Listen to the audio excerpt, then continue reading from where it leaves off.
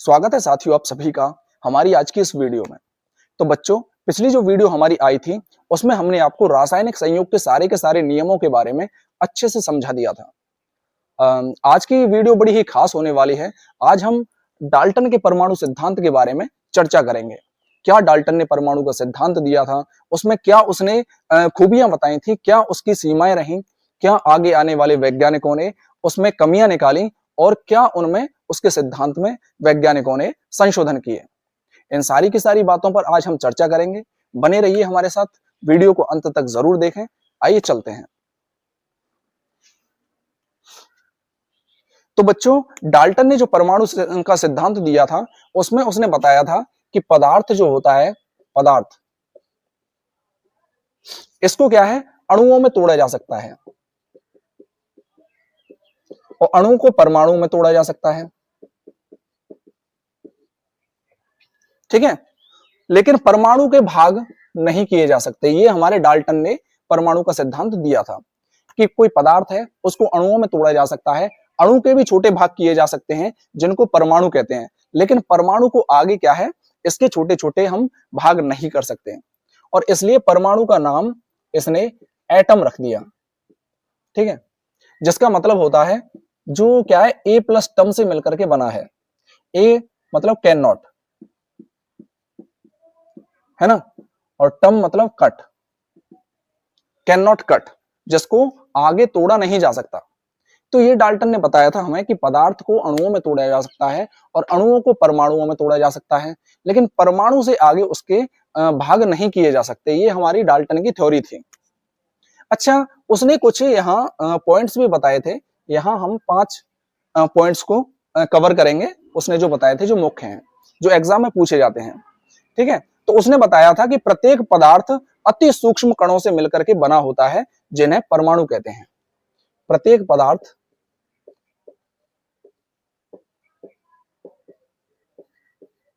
अति सूक्ष्म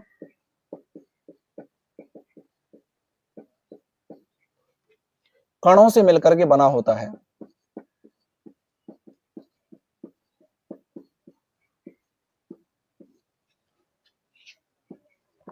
बना होता है, जिन्हें परमाणु कहते हैं। जिन्हें परमाणु कहते हैं।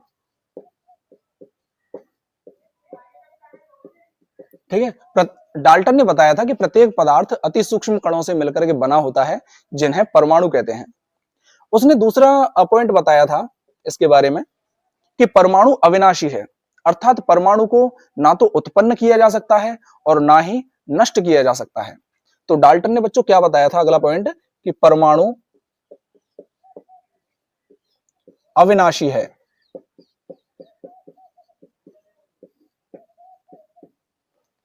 अर्थात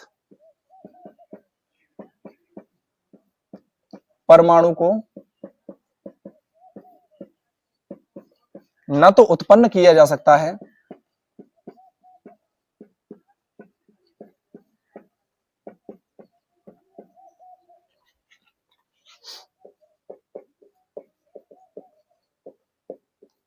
और ना ही उसे नष्ट किया जा सकता है।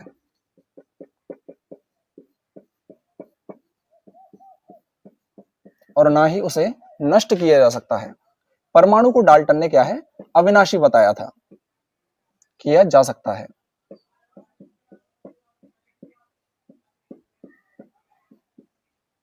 ठीक है, तो बच्चों अगला पॉइंट डाल्टन ने बताया था कि सभी रासायनिक अभिक्रियाओं में परमाणु ही भाग लेते हैं। सभी रासायनिक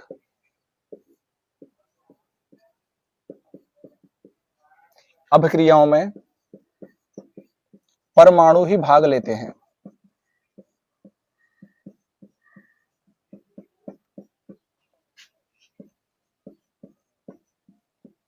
तो डाल्टन ने बताया था कि सभी रासायनिक अभिक्रियाओं में परमाणु ही भाग लेते हैं।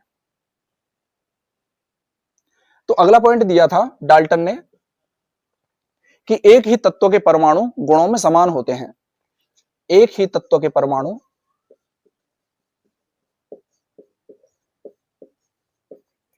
एक ही तत्व के परमाणु गुणों में समान होते हैं।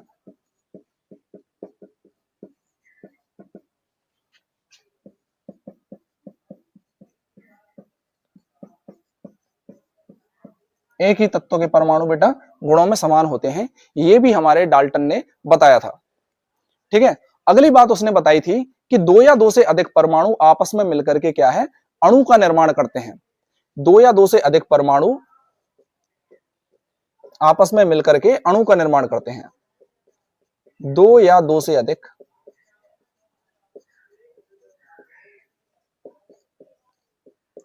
परमाणु आपस में मिलकर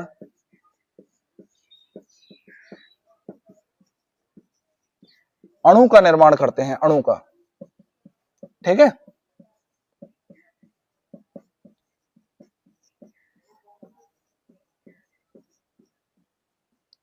दो या दो से अधिक परमाणु आपस में मिलकर के क्या है, अणु का निर्माण करते हैं। तो ये डाल्टन ने हमारे कुछ पॉइंट्स बताए थे। वैसे तो उसने पूरी पूरी की पूरी किताब लिखी थी जब परमाणु का उसने सिद्धांत दिया था, बट ये पॉइंट्स क्या है, मुख्य है बेटा। ठीक है, एग्जाम में इन्हीं के बारे में लिखा जाता है, पूछा भी जाता है। तो डाल्टन ने बताया था कि पदार्थ जो है वो अणुओं से मिलकर के बना होता है, मतलब पदार्थ को अणुओं में तोड़ा जा सकता है। उसके भी अगर हम छोटे छोटे पार्ट्स करेंगे तो क्या है, परमाणु में उसको तोड़ सकते हैं, और परमाणु को आगे नहीं तोड़ा जा सकता, इसलिए परमाणु का नाम क्या है, उसने एटम रख दिया। और एटम क्या है, ए प्लस टम, दो शब्दों से मिलकर के बना है। और ए का मतलब होता है कैन नॉट, और टम मतलब कट, कैन नॉट कट मतलब जिसको आगे तोड़ा नहीं जा सकता। तो उसने इसके बारे में पहला पॉइंट दिया था कि प्रत्येक पदार्थ अति सूक्ष्म कणों से मिलकर के बना होता है, जिन्हें परमाणु कहते हैं। दूसरा पॉइंट उसने दिया था कि परमाणु अविनाशी है, अर्थात परमाणु को ना तो उत्पन्न किया जा सकता है और ना ही नष्ट किया जा सकता है। अच्छा, तीसरा पॉइंट डाल्टन ने दिया था कि सभी रासायनिक अभिक्रियाओं में परमाणु ही भाग लेते हैं। ठीक है, चौथा नियम दिया था उसने कि एक ही तत्व के परमाणु गुणों में समान होते हैं। और पांचवा उसने पॉइंट दिया था कि दो या दो से अधिक परमाणु आपस में मिलकर के अणुओं का निर्माण करते हैं, अणु का निर्माण करते हैं। तो ये कुछ मुख्य पॉइंट्स थे बेटा, इनका आप स्क्रीनशॉट ले लीजिए, फिर हम आगे पढ़ाते हैं इसको मिटा करके। ठीक है, ओके, चलिए मिटाते हैं इसको।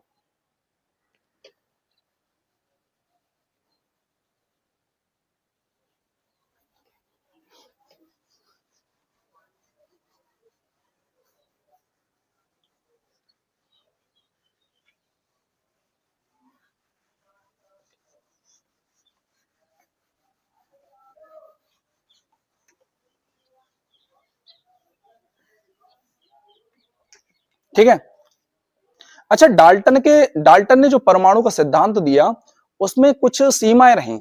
वो खुल करके सारी चीजों को कवर नहीं कर पाया, बता नहीं पाया।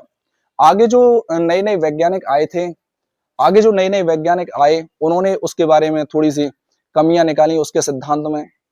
ऐसा होता ही है अक्सर, कोई मान लो मैं कोई थ्योरी निकाल के दे दूं तो बहुत सारे आगे आएंगे मुझसे, उस थ्योरी में कोई ना कोई कमियां ढूंढने वाले मिल ही जाएंगे। तो ऐसा ही उसमें हुआ। तो डाल्टन का जो परमाणु सिद्धांत था उसमें उसकी क्या है, कुछ सीमाएं रहीं बच्चों, तो उनके बारे में हम पढ़ाएंगे। तो यहां हेडिंग डालिए, डाल्टन के परमाणु सिद्धांत की सीमाएं।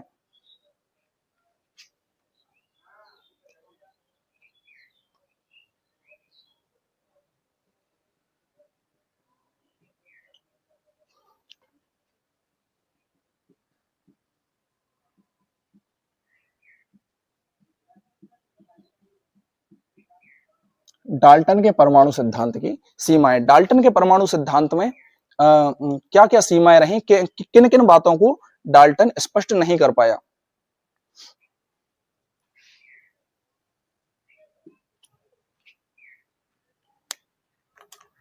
तो यहां लिखिए इसमें, यह सिद्धांत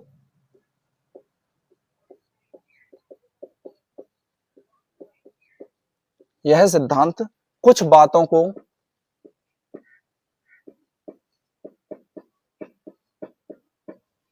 समझाने में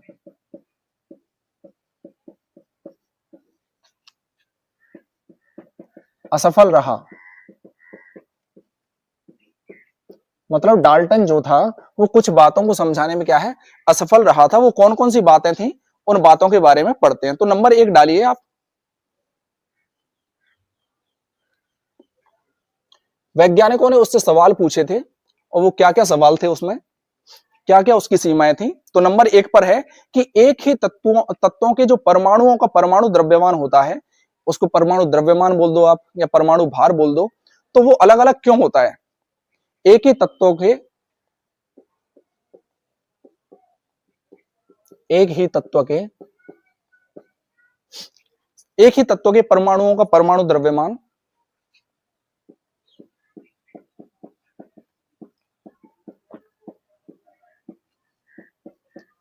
परमाणु द्रव्यमान अलग अलग क्यों होता है।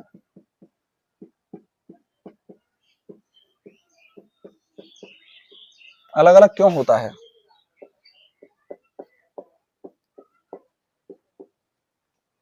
ठीक है, एक ही तत्व के परमाणुओं का परमाणु द्रव्यमान या परमाणु भार अलग अलग क्यों होता है। जैसे मान लो एग्जांपल देख लो इसका, जैसे 1H1, ठीक है, 1H2, 1H3, 1H2, 1H3 etc। अब यहां पर क्या है, ये हाइड्रोजन है, हाइड्रोजन का परमाणु क्रमांक तो 1 है, लेकिन यहां पर परमाणु द्रव्यमान क्या है, यहां भी 1 है। अब यहां हाइड्रोजन का परमाणु क्रमांक 1 और परमाणु द्रव्यमान 2 हो गया। अब यहां पर परमाणु क्रमांक तो 1 और परमाणु द्रव्यमान 3 हो गया। तो यही बात उससे पूछी गई थी कि एक ही तत्व के जो परमाणु होते हैं उनका परमाणु द्रव्यमान अलग अलग क्यों होता है। अच्छा, अगली बात उससे वैज्ञानिकों ने पूछी थी, वो थी बेटा, परमाणु आपस में संयोग क्यों करते हैं। क्या ऐसा कारण है कि परमाणुओं को संयोग करना पड़ता है। परमाणु आपस में संयोग क्यों करते हैं।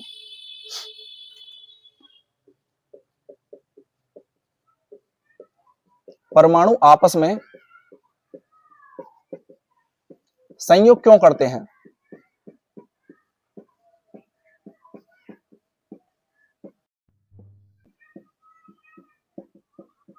ये बात उससे पूछी गई थी। ठीक है, अच्छा, अगली बात और पूछी थी उससे, डाल्टन से वैज्ञानिकों ने, कि जो अलग अलग तत्वों के परमाणु होते हैं उनके गुण भिन्न क्यों होते हैं।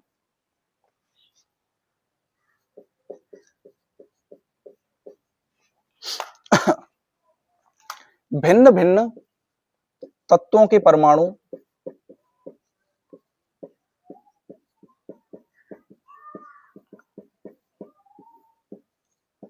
के गुण भिन्न भिन्न क्यों होते हैं, कि गुण अलग अलग क्यों होते हैं।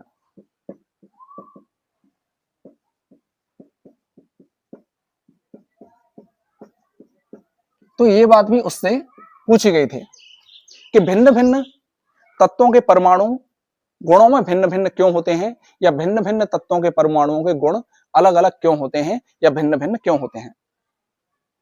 अच्छा, एक बात और उससे पूछी गई थी, और वो पूछी गई थी कि परमाणु जब आपस में जुड़ते हैं तो उनके बीच में कोई ना कोई बल कार्य कर रहा होता है। तो उससे पूछी गई थी कि परमाणु आपस में किन बलों द्वारा जुड़े होते हैं।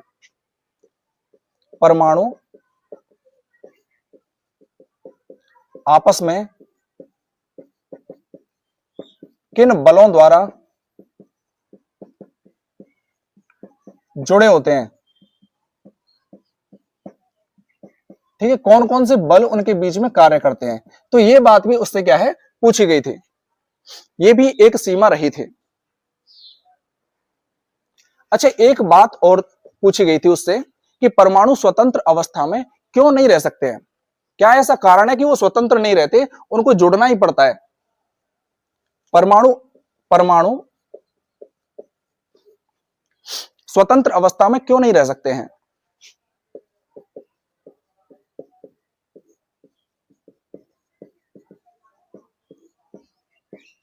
क्यों नहीं रह सकते हैं।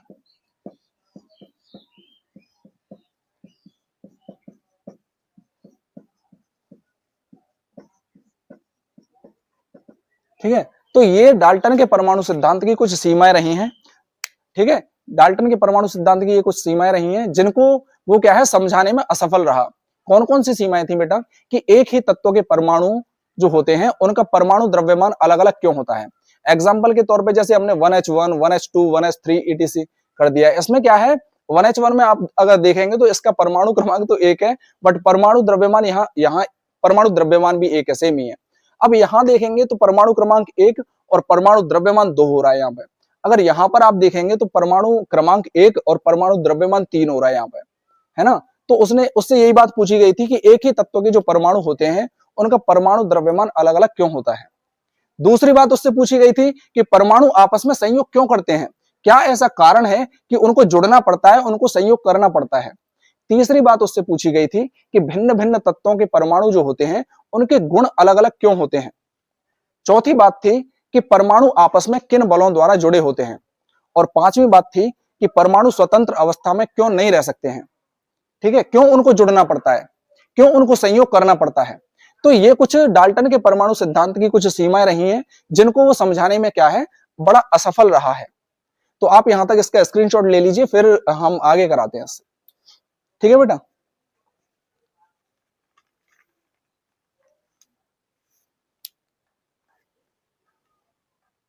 चलिए मिटाते हैं।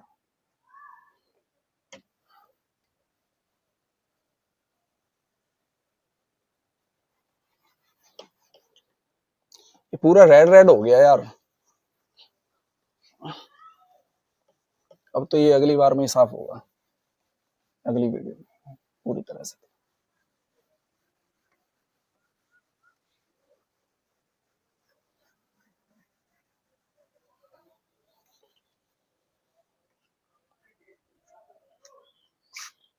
अच्छा, इसके बाद क्या हुआ बेटा कि इसमें डाल्टन के परमाणु सिद्धांत में कुछ संशोधन किए गए, है ना। तो उन संशोधनों के बारे में हम समझते हैं। ठीक है,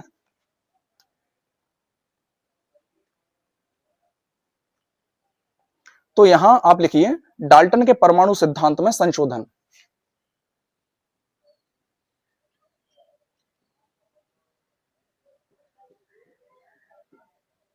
परमाणु सिद्धांत में संशोधन। ठीक है, डाल्टन के परमाणु सिद्धांत में संशोधन। तो यहां आप लिखिए कि इलेक्ट्रॉन, प्रोटॉन व न्यूट्रॉन की खोज के बाद इलेक्ट्रॉन,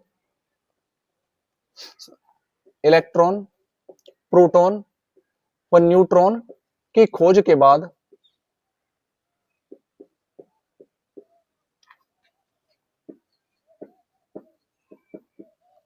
इलेक्ट्रॉन, प्रोटॉन व न्यूट्रॉन की खोज के बाद डाल्टन के परमाणु सिद्धांत में मुख्य रूप से निम्न संशोधन किए गए।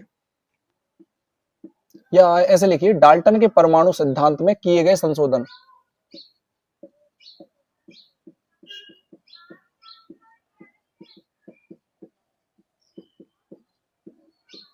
में किए गए संशोधन।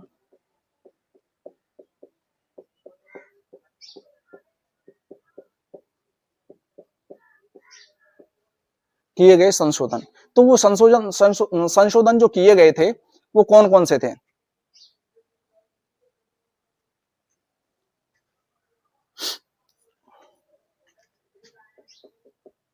पहला है कि परमाणु अविभाज्य नहीं है।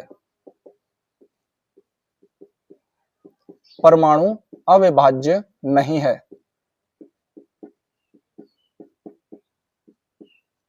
ठीक है, उसके क्या है परमाणु में क्या है इलेक्ट्रॉन, प्रोटॉन और न्यूट्रॉन आदि भी कण होते हैं। परमाणु अविभाज्य नहीं है बल्कि परमाणु में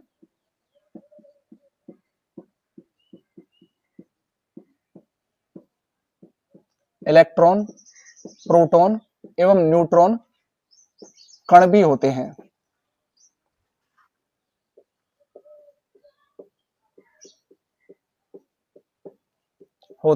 तो एक तो यह संशोधन उसमें किया गया था। ठीक है। और संशोधन किया गया था उसमें, अगला संशोधन क्या था कि एक ही तत्व के जो परमाणु होते हैं उनके परमाणु भार अलग अलग हो सकते हैं, जिनको क्या है, समस्थानिक कहते हैं। मतलब एक ही तत्व के अगर कोई परमाणु है तो उनके परमाणु भार अलग अलग हो सकते हैं और उनको क्या कहते हैं, समस्थानिक। एक ही तत्व के परमाणुओं के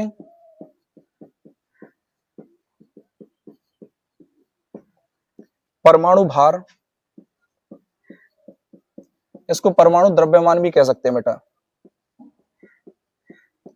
अलग अलग क्यों हो, परमाणु भार अलग अलग हो सकते हैं।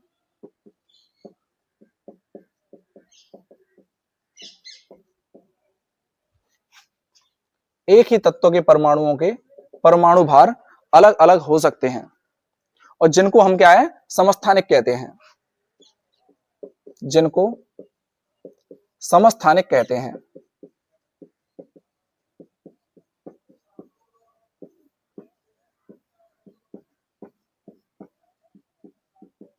ठीक है, एक ही तत्व के परमाणुओं के परमाणु भार अलग अलग हो सकते हैं, जिनको समस्थानिक कहते हैं। एग्जाम्पल देख लो इसका, जैसे 1H1, 1H2, 1H3, 1H1, 1H2, 1H3। ठीक है, इसके अलावा 8O16, 8O17 और 8O18। ठीक है, अब यहां पर देखिए आप, यहां पर इसमें हाइड्रोजन है, हाइड्रोजन का परमाणु क्रमांक क्या है, 1 है और परमाणु भार क्या है, यहां 1 है। यहां पर लेकिन परमाणु क्रमांक 1 है और परमाणु भार 2 है। यहां पर परमाणु क्रमांक 1 है और परमाणु भार 3 है ना। इसी तरह से यहां पर ये ऑक्सीजन दे रखा है, ऑक्सीजन का परमाणु क्रमांक 8 और परमाणु भार यहां 16 है। यहां पर ऑक्सीजन का परमाणु क्रमांक 8 और यहां परमाणु भार 17। यहां पर ऑक्सीजन का परमाणु क्रमांक 8 और यहां परमाणु भार 18। तो इस तरह से उसमें क्या है, एक संशोधन किया गया। दूसरा संशोधन जो किया गया था वो था कि एक ही तत्व के परमाणु जो होते हैं उनका परमाणु भार अलग अलग हो सकता है ना, और जिनको क्या है, समस्थानिक कहते हैं। तो ये आपस में क्या है, समस्थानिक है। ठीक है, ये भी हाइड्रोजन का समस्थानिक है, ये भी हाइड्रोजन का एक समस्थानिक है। इसी तरह से ये भी ऑक्सीजन के क्या है, समस्थानिक है। अब इसका फिलहाल स्क्रीनशॉट ले लीजिए, फिर आगे पढ़ाते हैं आपको इससे आगे।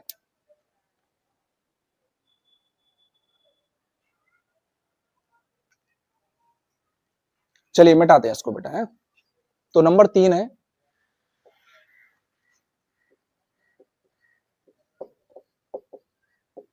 अलग अलग तत्वों के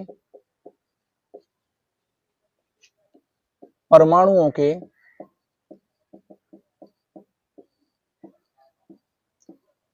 परमाणु भार समान हो सकते हैं।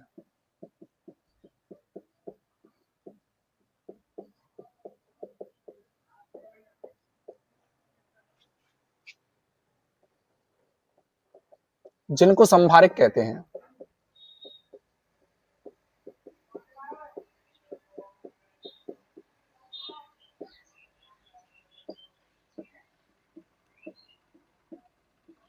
जिनको संभारक कहते हैं, है ना।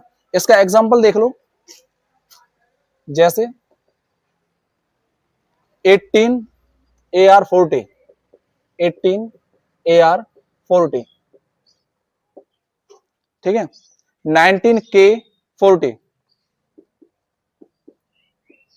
40, और एक और देख लो 20CA40, 20CA40। अब यहां पर क्या है, अलग अलग तत्व दे रखे हैं आपको। यहां पर आर्गन है, आर्गन का परमाणु क्रमांक 18 और इसका परमाणु भार 40। यहां पोटेशियम है, पोटेशियम का परमाणु क्रमांक 19 और परमाणु भार 40। यहां कैल्शियम है, कैल्शियम का परमाणु क्रमांक 20 और परमाणु भार 40। तो ये भी उसमें क्या है, एक संशोधन किया गया था कि अलग अलग तत्व जो होते हैं उनके परमाणुओं के परमाणु भार समान हो सकते हैं, जिनको क्या है, समभारक कहते हैं। तो यहाँ ये अलग अलग तत्व हैं और इनके परमाणुओं के परमाणु भार क्या है, समान है, इसलिए ये एक दूसरे के क्या है, समभारिक है। ठीक है बेटा, तो ये एक संशोधन उसमें किया गया था। चौथा संशोधन था अगला कि परमाणु लंबे समय तक अविनाशी या अविभाज्य नहीं होता है। परमाणु लंबे समय तक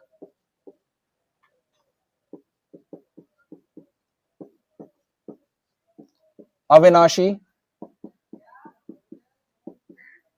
या अविभाज्य नहीं हो सकता है, या अविभाज्य नहीं रहता है, नहीं रहता है।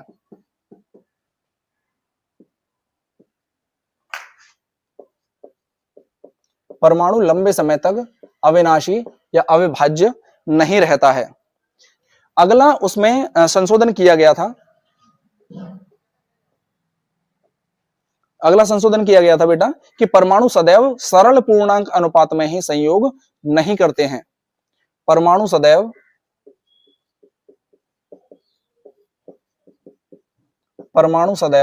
सरल पूर्णांक अनुपात में ही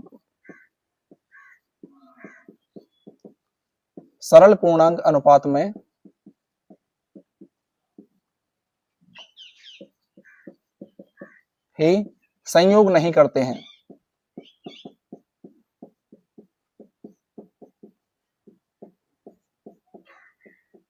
ठीक है, तो ये भी एक उसमें क्या है, संशोधन किया गया था कि परमाणु जो होते हैं वो सदैव क्या सरल पूर्णांक अनुपात में ही नहीं संयोग करते हैं। जैसे मान लो 1:2 हो गया, तो इस तरह से नहीं करते हमेशा। जैसे मान लो इसका एग्जांपल देख लो आप, एग्जांपल जैसे सुक्रोज है, सुक्रोज का फॉर्मूला होता है C12H22O11, है ना। सुक्रोज है, इसका फॉर्मूला है C12H22O11। ठीक है, अब इसमें क्या है, कार्बन हाइड्रोजन और ऑक्सीजन का अनुपात देख लो आप लोग एक बार। कार्बन अनुपात हाइड्रोजन अनुपात ऑक्सीजन, तो कितना अनुपात है, 12:22:11। ठीक है, 12:22:11। तो यहां पर आप देख सकते हैं कि इन्होंने क्या है, एक सरल अनुपात में संयोग नहीं किया है।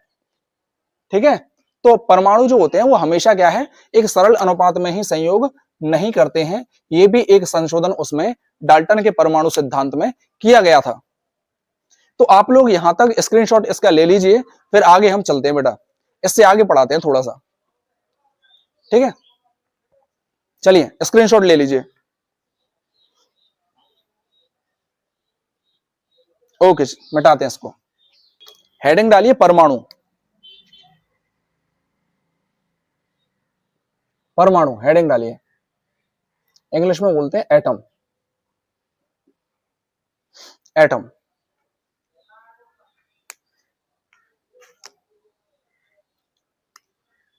तो परमाणु क्या होता है बेटा, इसकी डेफिनेशन लिख लीजिए आप। किसी तत्व का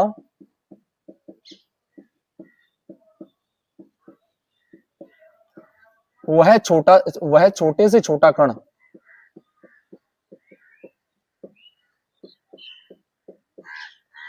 किसी तत्व का वह छोटे से छोटा कण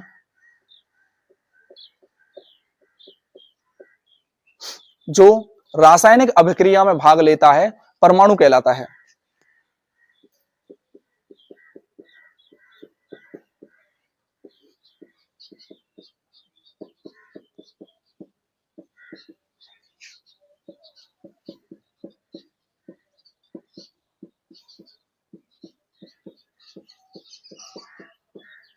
परमाणु कहलाता है।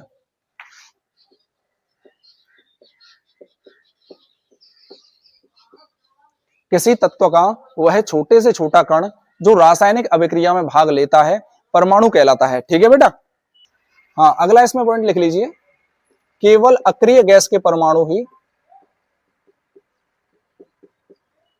केवल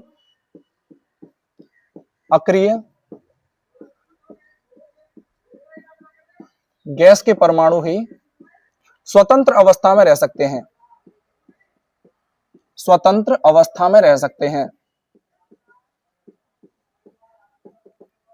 केवल अक्रिय गैस के परमाणु ही स्वतंत्र अवस्था में रह सकते हैं।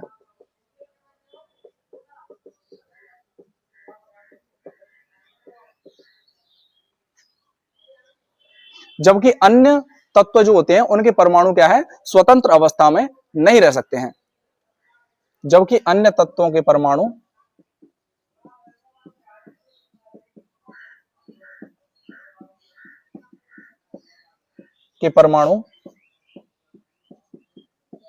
स्वतंत्र अवस्था में नहीं रह सकते हैं।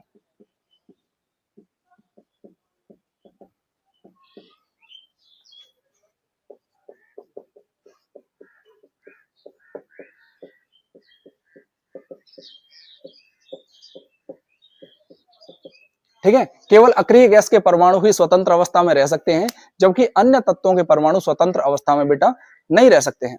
इसमें एक नोट डालिए आप,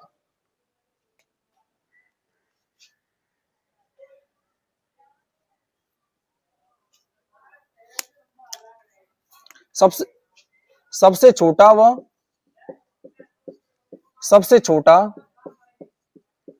व सबसे हल्का परमाणु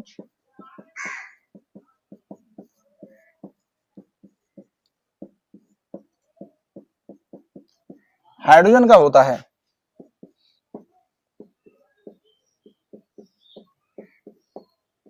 सबसे छोटा व सबसे हल्का परमाणु हाइड्रोजन का होता है। ठीक है, यहां तक आप इसका स्क्रीनशॉट ले लीजिए, फिर आगे पढ़ाते हैं बेटा।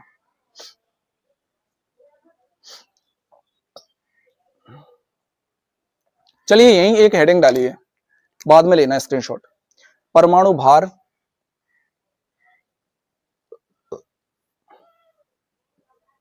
या परमाणु द्रव्यमान।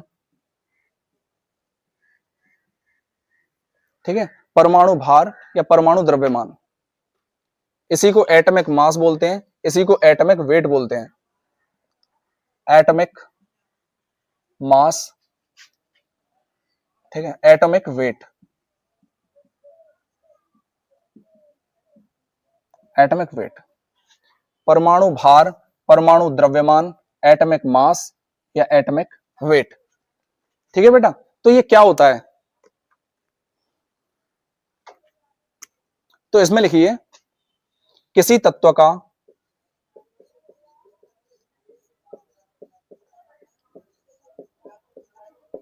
परमाणु द्रव्यमान, किसी तत्व का परमाणु द्रव्यमान वह संख्या है जो हमें बताती है कि उस तत्व का एक परमाणु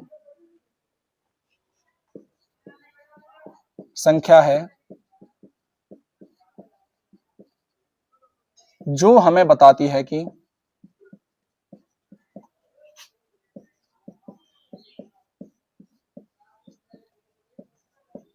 उस तत्व का एक परमाणु,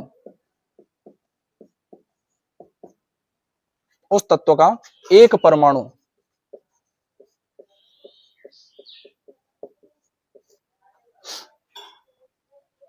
किसी तत्व का परमाणु द्रव्यमान वह संख्या होती है जो हमें बताती है कि उस तत्व का एक परमाणु कार्बन 12 के एक परमाणु के 1/12वें भाग से कितने गुना भारी है। कार्बन 12 के एक परमाणु के 1/12वें भाग से, कार्बन 12 के एक परमाणु के 1/12वें भाग से,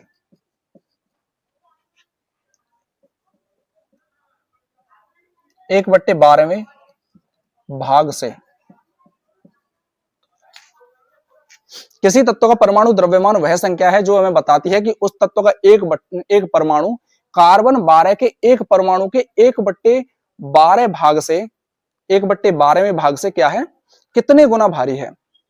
1/12वें भाग से कितना गुना भारी है, कितने गुना भारी है।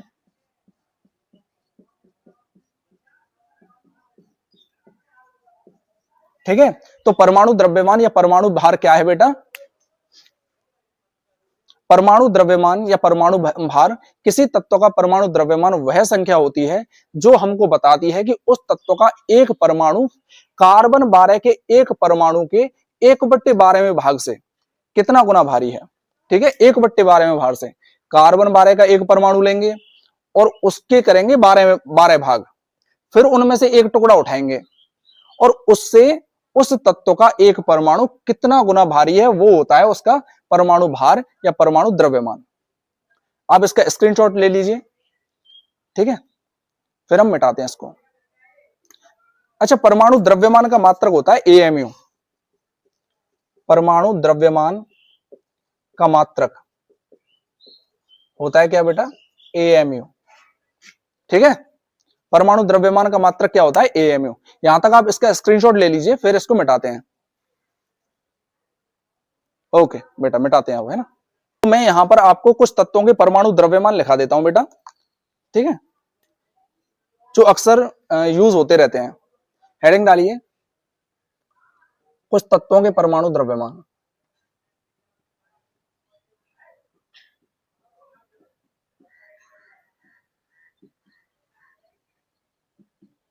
द्रव्यमान, जैसे हाइड्रोजन का होता है 1, ठीक है, हीलियम का होता है 4, ठीक है, कार्बन का होता है 12, नाइट्रोजन का होता है 14, है ना, ऑक्सीजन का होता है 16, नियोन का होता है 20। यहां मैं क्रम से नहीं लिखा रहा हूं बेटा, मैं उस हिसाब से लिखा रहा हूं जो जो मतलब अक्सर करके पूछे जाते हैं, जिनका अक्सर करके काम पड़ जाता है ना। सोडियम का होता है 23, सोडियम का 23, ठीक है, मैग्नीशियम का 24, ठीक है, एल्यूमिनियम का 27, है ना, फास्फोरस का होता है 31, सल्फर का 32, ठीक है, पोटेशियम का होता है 39, आर्गन का होता है 40, आर्गन का 40, है ना, और सब कैल्शियम का 40, है ना, आयरन का होता है 56, आयरन का होता है 56। तो ये कुछ तत्वों के परमाणु द्रव्यमान हैं। और बेटा इसी के साथ हम क्या है, डाल्टन के परमाणु तो ये कुछ तत्वों के परमाणु द्रव्यमान है। और इसी के साथ हम इस वीडियो को कंप्लीट करते हैं। डाल्टन का परमाणु सिद्धांत अब बिल्कुल कंप्लीट हो चुका है। तो मिलते हैं नेक्स्ट वीडियो में। जय हिंद।